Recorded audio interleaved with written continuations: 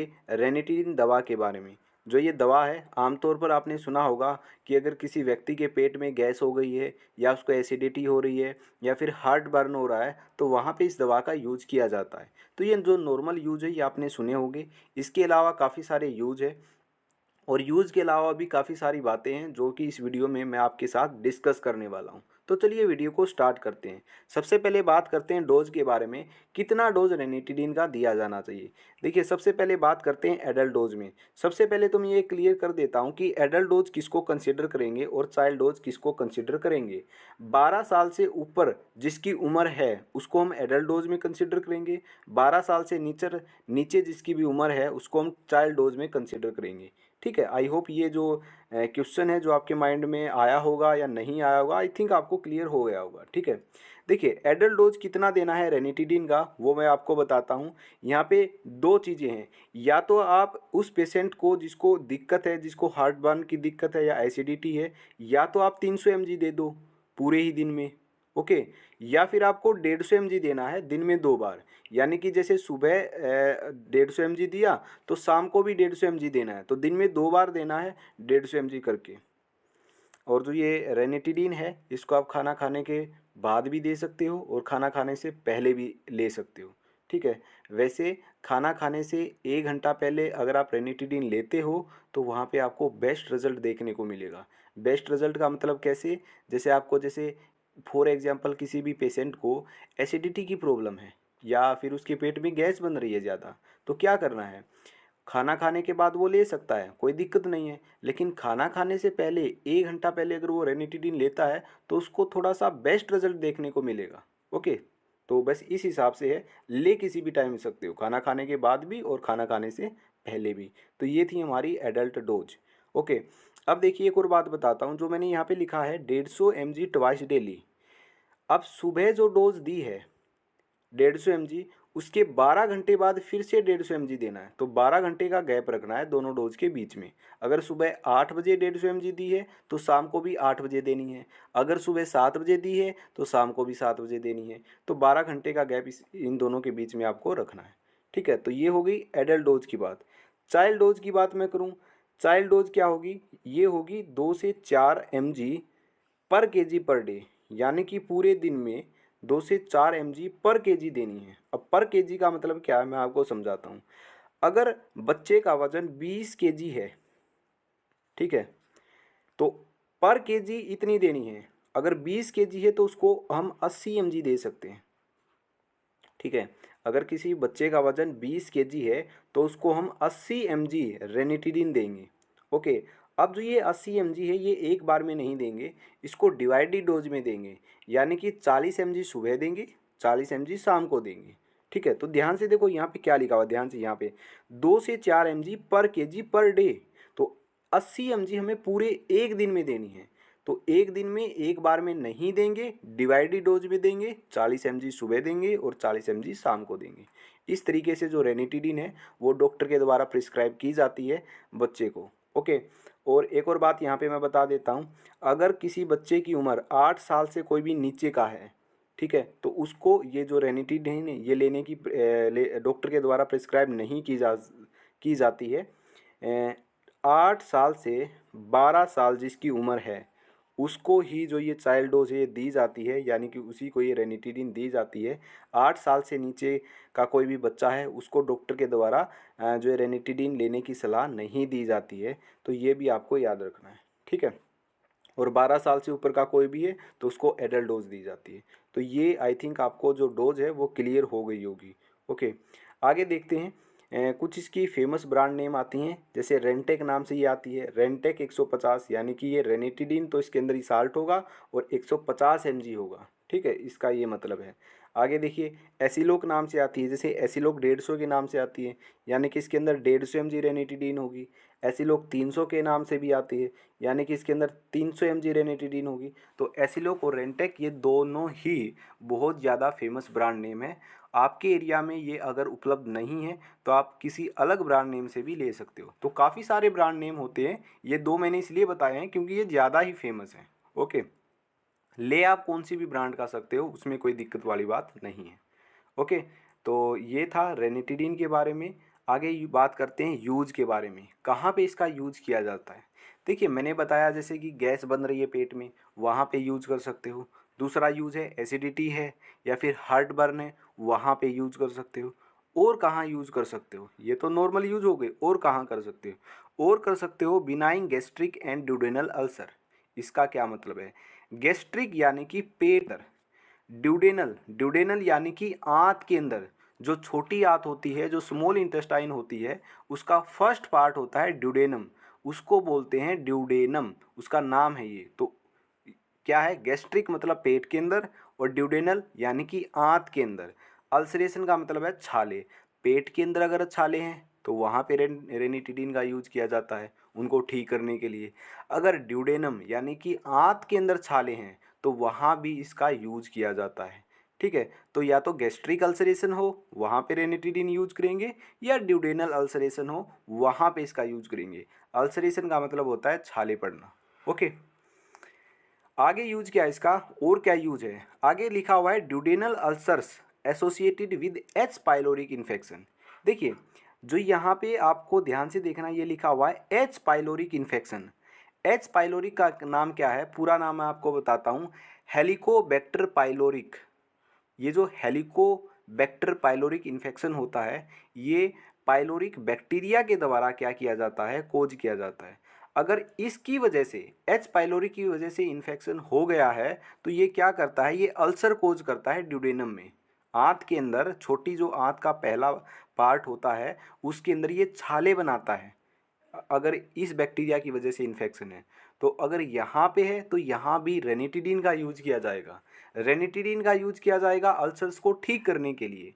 अब क्या है, अब जो ये बैक्टीरिया है इसकी वजह से इन्फेक्शन है, अब इस इन्फेक्शन को भी ठीक करना है, तो यहाँ पे रेनिटिडीन के साथ साथ जो एंटीबायोटिक्स होती हैं उनका भी यूज़ किया जाएगा, क्योंकि यहाँ पे इन्फेक्शन है बैक्टीरिया का, बैक्टीरिया को हमको ख़त्म भी करना है, तो वहाँ पे फिर एंटीबायोटिक का यूज किया जाएगा रेनिटिडीन के साथ। रेनिटिडीन काम करेगा अल्सर को ठीक करने में, एंटीबायोटिक क्या करेगा, जो बैक्टीरिया का इन्फेक्शन है उसको ठीक करेगा। तो दोनों दवाइयों का अलग अलग काम है।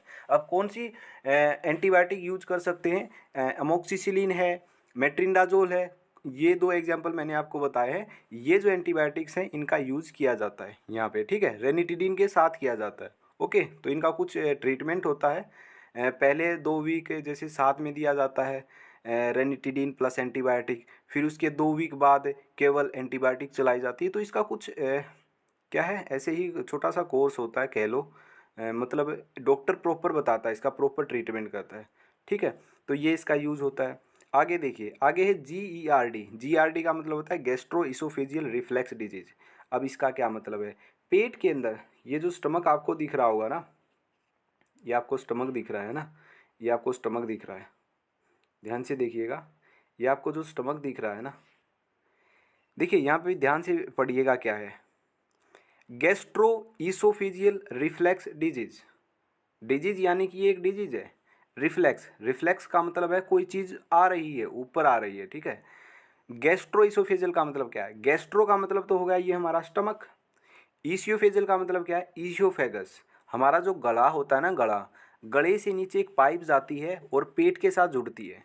तो जो ये पाइप होती है ऊपर की तरफ, जो ये आगे माउथ के साथ जुड़ती है ऐसे करके, है ना, इसको ईसियोफेगस बोलते हैं। तो गैस्ट्रो ये, ईसियोफेगस ये, दोनों को मिला के क्या बोला, gastro oesophageal reflex disease. Reflex का मतलब क्या है, जो ये स्टमक होता है इसके अंदर होता है HCl, जिसको हम एसिड बोलते हैं। तो जो ये एसिड है ना, ये इस जो खाने की नली होती है जिसको इसियोफेगस बोलते हैं, उसके अंदर आ जाता है। ठीक है, अब इसके अंदर आ जाएगा खाने की नली के अंदर, तो यहाँ पे क्या करेगा ये, कुछ इरिटेशन करेगा, है ना, यहाँ पे इसको डैमेज करेगा। तो इस डिजीज़ को क्या बोलते हैं, गैस्ट्रो इसोफेजल रिफ्लेक्स डिजीज। तो इस कंडीशन में भी क्या है, रेनिटिडिन का यूज किया जा सकता है। ओके, नेक्स्ट हमारी जो कंडीशन है वो है डिस्पेप्सिया, यानी कि इनडाइजेशन, यानी कि फूड का अच्छे तरीके से ना पचना। अगर ये दिक्कत है तो वहाँ भी रेनिटिडिन का यूज किया जाता है। नेक्स्ट यूज क्या है, नेसेट्स। नेसेट्स जैसे कि डिक्लोफेनिक है, एसिक्लोफेनिक है, ठीक है, एस्प्रीन है। अगर इन दवाइयों की वजह से, अगर कोई व्यक्ति ज़्यादा दवाइयाँ नेसेट्स खाता है, ज़्यादा नेसेट्स ग्रुप की दवाइयाँ खाता है, तो उसकी वजह से क्या है, हमारे पेट के अंदर एसिड बढ़ता है और एसिड बढ़ने की वजह से पेट के अंदर छाले हो जाते हैं, छाले यानी कि अल्सर हो जाते हैं। तो नेसेड्स ग्रुप की जो दवा है उससे अगर छाले हो जाए तो भी रेनिटिडीन का यूज किया जा सकता है इन छालों को ठीक करने के लिए। ठीक है, नेक्स्ट है अर्टिकेरिया। अर्टिकेरिया का मतलब होता है स्किन रेसिज, यानी कि एक टाइप से एलर्जी लगा लो आप। ठीक है, एलर्जी के अंदर H1 एंटागोनिस्ट यूज किए जाते हैं, लेकिन जो रेनिटिडीन है वो H2 एंटागोनिस्ट ग्रुप की दवा होती है। अब जहाँ पे अगर स्किन रेसिज है किसी भी व्यक्ति को और उसको H1 एंटागोनिस्ट ग्रुप की दवा जैसे कि सिट्राजिन, लेवोसिट्राजिन ये सब दे दी और फिर भी उसको कोई फ़र्क नहीं लग रहा है, कोई आराम नहीं लग रहा है, तो वहाँ पे फिर रेनिटिडीन का भी यूज़ किया जाता है। ठीक है, तो ये मतलब रेयरली ही इसका यूज़ किया जाता है। जब H2 एंटागोनिस्ट ग्रुप की दवा काम नहीं करती है तो फिर यहाँ पे रेनिटिडीन का यूज़ किया जा सकता है। वहाँ पे फिर रेनिटिडीन काम करती है अर्टिकेरिया के अंदर, स्किन रेसिस के अंदर। ओके, जो लास्ट है वो यूज है हमारा जोलिंगर एलिसन सिंड्रोम। अब ये जोलिंगर एलिसन सिंड्रोम क्या होता है ये मैं आपको शायद नेक्स्ट वीडियो के अंदर बताऊंगा। थोड़ा सा मैं आपको बता देता हूँ। पेंक्रियाज के अंदर ट्यूमर बनता है, उसकी वजह से एक हार्मोन होता है गैस्ट्रिन। गैस्ट्रिन हार्मोन का जो लेवल है वो बढ़ जाता है और गैस्ट्रिन हार्मोन के लेवल की बढ़ने की वजह से जो एसिड है वो बढ़ता है और एसिड बढ़ गया तो इसका मतलब अल्सर होगी। अल्सर होगी, पेट के अंदर छाले होंगे, जो स्टमक लाइनिंग है वो डैमेज होगी, जिसकी वजह से हमको जलन होगी पेट में। तो उसको ठीक करने के लिए भी रेनिटिडीन का यूज किया जाता है। ठीक है, अगर आपको ये क्लियरली अभी भी समझ नहीं आया है तो नेक्स्ट वीडियो में बनाऊंगा। ठीक है, नेक्स्ट वीडियो हमारा होगा कि हमारा जो ये पेट होता है ना, जो आपको स्टमक दिख रहा है, ये जो फोटो दिख रहा है, हमारे स्टमक के अंदर या फिर हमारी ड्यूडेनम के अंदर छाले होते क्यों हैं, क्या रीज़न है इसका, पूरा आपको एक्सप्लेन करूँगा नेक्स्ट वीडियो के अंदर। ठीक है, तो ये थे हमारे कुछ यूज जहाँ पे क्या था, रेनिटिडीन का यूज किया जाता था। कॉन्ट्रा इंडिकेशंस क्या है, कब रेनिटिडीन नहीं देना है। देखिए, कॉन्ट्राइंडिकेशंस ये है, अगर किसी व्यक्ति को एक्यूट प्रोफाइरिया के नाम से ये डिजीज़ होती है कोई, ठीक है, जेनेटिकली भी ये आ जाती है। जैसे अगर किसी के फादर को है तो उसके फादर से भी आ जाती है, या मदर है को है उसको, मतलब ये जेनेटिक होती है ना, पीढ़ी दर पीढ़ी ये आ सकती है, जेनेटिक डिजीज होती है। ये क्या, कुछ ब्लड डिसऑर्डर होता है जिसके अंदर हीम वगैरह के अंदर कुछ डैमेज होता है या फिर वो बन नहीं पाता है, समथिंग लाइक दैट कुछ ऐसा होता है। आप गूगल पे सर्च कर लेना एग्जैक्ट चीज़ ये है क्या।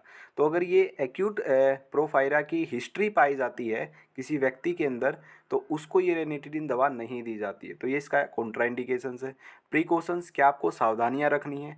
अगर किसी व्यक्ति को किडनी डिजीज़ है या किसी को लीवर डिजीज़ है या किसी को डायबिटीज़ है या फिर किसी को लंग डिजीज़ है तो उसको आपको ये जो दवा है ये देने से बचना है। डॉक्टर पेशेंट को अच्छे से एग्जामिन करेगा, उसके बाद ही डॉक्टर डिसाइड करेगा कि इसको रेनिटिडीन देनी है या फिर नहीं देनी है। ठीक है, तो ये प्रिकॉशंस रखनी होती है। डॉक्टर आप हो नहीं इसलिए आपको नहीं देनी है। ठीक है, तो डॉक्टर ही डिसाइड करेगा कि उसको इस कंडीशन में, लंग डिजीज़ की कंडीशन में देनी है या नहीं देनी है, तो वो प्रॉपर एग्जामिन करके ही बताएगा क्या करना है। अब कुछ इंट्रैक्शंस हैं, यानी कि जो रेनिटिडीन दवा है वो किन किन ड्रग्स के साथ इंटरेक्ट कर सकती है। तो जैसे कि एंटीकोगुलेंट है, वारफेरिन है, प्रोकेनामाइड है, एन-एसिटाइल प्रोकेनामाइड है, तो ये सारी ही ड्रग्स हैं, आपको दिख रहा होगा। इन सारी ड्रग्स के साथ जो रेनिटिडीन दवा है वो इंटरेक्ट करती है। किसी के अंदर तो क्या होता है, एब्जॉर्प्शन रेट को अल्टर किया जाएगा, यानी कि अगर किसी भी ड्रग के साथ, इसको इनमें से किसी भी ड्रग के साथ जैसे दिया गया तो क्या हो सकता है, जैसे रेनिटिडीन के साथ, देखिए फॉर एग्जांपल मैं बताता हूँ, रेनिटिडीन के साथ अगर कीटोकोनाजोल दे दी तो उसका क्या होगा, जो कीटोकोनाजोल जो दवा है ना, इसका जो एब्जॉर्प्शन रेट है वो घट जाएगा। अगर एब्जॉर्प्शन घट गया तो एक्शन क्या आएगा, बहुत ही ज़्यादा डिले आएगा। तो इस तरीके से ये इंट्रैक्शन होता है। तो अलग अलग दवाई के साथ अलग अलग इंट्रैक्शन देखने को मिलता है। ठीक है, तो ये सारी दवाइयाँ हैं जिसके साथ जो रेनिटिडीन है ये इंटरेक्ट करती है, इसलिए इनके साथ रेनिटिडीन को नहीं देना चाहिए। तो ये आप नोट कर लो क्या क्या है, मैंने सारी लिखी हुई है। ओके, आगे बात करते हैं क्या इसके साइड इफ़ेक्ट होते हैं। देखिए, वैसे तो रेनिटिडीन एक बहुत ही इफ़ेक्टिव दवा होती है, इसके जो साइड इफ़ेक्ट है वो कम होते हैं, लेकिन फिर भी साइड इफ़ेक्ट इसके देखने को मिले हैं। ज़रूरी नहीं है कि हर व्यक्ति के अंदर साइड इफ़ेक्ट हो, ऐसा ज़रूरी नहीं है। किसी के अंदर हो सकते हैं, किसी के अंदर नहीं हो सकते हैं। ठीक है। तो मोस्ट कॉमन साइड इफ़ेक्ट हैं जैसे कि डिस्निया है, यानी कि सांस लेने में दिक्कत होगी। एब्डोमिनल पेन, पेट में दर्द हो सकता है। कॉन्स्टिपेशन, कब्ज हो सकती है। नोजिया, वोमिटिंग आने की शिकायत हो सकती है। एब्डोमिनल डिस्ट्रेस हो सकता है। डायरिया, लूज मोशंस हो सकते हैं। ठीक है। वोमिटिंग, उल्टी आ सकती है। रैसेज हो सकते हैं स्किन पे, है ना। हेडेक हो सकता है। तो ये कुछ कॉमन साइड इफ़ेक्ट है जो रेनिटीन की वजह से देखने को मिले हैं। तो ऐसा ज़रूरी नहीं है कि ये सबको हो, और ऐसा ज़रूरी नहीं है कि इनमें से सारे ही हों। क्या पता कुछ साइड इफ़ेक्ट हो भी जाए और नहीं भी हो जाए, मतलब कंफर्म नहीं है। और जो ये साइड इफ़ेक्ट हैं रेयर हैं, ठीक है, मोस्टली नहीं होते हैं, रेयरली ही ये साइड इफ़ेक्ट देखने को मिले हैं। ओके, तो ये साइड इफ़ेक्ट है जो रेनिटिडिन की वजह से हो सकते हैं। ओके, आगे यहाँ पे मैंने एक नोट लिखा है। क्या नोट लिखा है, बड़े ध्यान से देखिए। आगे ये जो लाइन है ये बहुत ही ज़्यादा इंपॉर्टेंट है। देखिए, जो रेनिटिडिन दवा होती है वो कब दी जाती है? या तो हार्ट बर्न हो, एसिडिटी हो, या फिर छाले हैं उनको ठीक करने के लिए, है ना। या फिर गैस बन रही हो उसको ठीक करने के लिए। अब यहाँ पे देखिए क्या लिखा हुआ है, prolong use of ranitidine may cause iron deficiency and vitamin B12 deficiency. इसका मतलब समझिए बहुत ही ध्यान से। अगर आप ज़्यादा यूज़ करते हो रेनिटिडिन दवा का, जैसे एसिडिटी है, ये कॉमन प्रॉब्लम है। कोई भी व्यक्ति क्या करेगा, उसको पता है रेनिटिडिन लेनी है, तो वो क्या करेगा, बिना डॉक्टर की सलाह के वो क्या है, हर रोज़ रेनिटिडिन ले रहा है। करीब उसने 2 वीक से ऊपर हो गया रेनिटिडिन लेते लेते, 3 वीक से ऊपर हो गया, 4 वीक से ऊपर हो गया, वो बिना कुछ सोचे समझे रेनिटिडिन ले रहा है, क्योंकि उसको एसिडिटी की प्रॉब्लम है, डेली रहती है। ठीक है। तो प्रोलॉन्ग यूज नहीं करना है, यानी कि रेनिटिडिन का यूज लंबे समय तक नहीं करना है। मैक्सिमम 2 वीक्स तक आपको रेनिटिडिन का जो सेवन है वो करना है, उसके बाद नहीं करना है। क्योंकि अगर आप लंबे समय तक रेनिटिडिन, ये जो दवा है ये अगर खाते हो, तो इससे क्या होगा, इससे आपकी बॉडी के अंदर आयरन डेफिशिएंसी हो सकती है और विटामिन B12 की भी डेफिशिएंसी हो सकती है। अगर विटामिन B12 और आयरन की डेफिशिएंसी हुई तो जाहिर सी बात है आपके अंदर जो ब्लड काउंट है वो डिक्रीज हो सकता है ना, ब्लड लेवल है वो कम हो सकता है। ओके, अब ये जो कहानी है पूरी की पूरी यहाँ पे लिखी हुई है, जैसे आयरन डेफिशिएंसी क्यों होगी, विटामिन B12 डेफिशिएंसी क्यों होगी, क्या रीज़न है इसका। रेनिटिडिन अगर हम लंबे समय तक खाएंगे तो आयरन डेफिशिएंसी और विटामिन B12 डेफिशिएंसी क्यों होगी, इसका रीज़न क्या है, ये आपको फाइंड आउट करके आना है और आपको कमेंट में बताना है। ठीक है। और मैं नेक्स्ट वीडियो एक लेके आ रहा हूँ कि हमारे जो पेट के अंदर जो अल्सर है, जिसको हम पेप्टिक अल्सर बोलते हैं, वो हमारे पेट में छाले पड़ते क्यों हैं, और इसका रीज़न कि रेनिटिडिन ज़्यादा लंबे समय तक खाने से विटामिन B12 और आयरन की डेफिशिएंसी होती क्यों है। ये दो चीज़ों के बारे में मैं वीडियो बनाने वाला हूँ नेक्स्ट वीडियो। अगर आप कमेंट करके सजेस्ट करिए कि आपको ये वीडियो चाहिए या फिर नहीं चाहिए, ठीक है, तो उसी बेस पे मैं वीडियो बना दूंगा। वैसे तो शायद मैं वीडियो बना ही दूंगा जितने भी कमेंट आए, तो फिर भी आप कमेंट करके बताना कि आपको वीडियो चाहिए या फिर नहीं चाहिए। ठीक है। तो टॉपिक ये रहेगा कि हमारे पेट के अंदर छाले क्यों होते हैं, और साथ ही ये टॉपिक रहेगा कि रेनिटिडिन ज़्यादा खाने की वजह से आयरन डेफिशिएंसी और विटामिन B12 डेफिशिएंसी क्यों हो जाती है, उसका रीज़न मैं आपको दूंगा। ठीक है। तो ये होगी हमारी नेक्स्ट वीडियो। आई होप आप आज की वीडियो आपको समझ में आई होगी रेनिटिडिन के बारे में, जो भी मैंने आपको बताया है। ठीक है। और मैं आपसे रिक्वेस्ट करूँगा, अगर आप कोई फार्मेसी स्टूडेंट हो, ठीक है, तो आप इसको नोट करिए कापी में, कुछ कुछ पॉइंट मैं बोलता हूँ तो उसको नोट करिए। ठीक है। या फिर इसका स्क्रीनशॉट भी आप ले सकते हो, तो ये आपके लिए ज़्यादा बेनिफिशियल रहेगा। ठीक है। तो कमेंट में आप ज़रूर बताइएगा कि आपको समझ में आया है या फिर नहीं आया है। ठीक है। तो आज की वीडियो में बस इतना ही, तो मिलते हैं नेक्स्ट वीडियो के अंदर।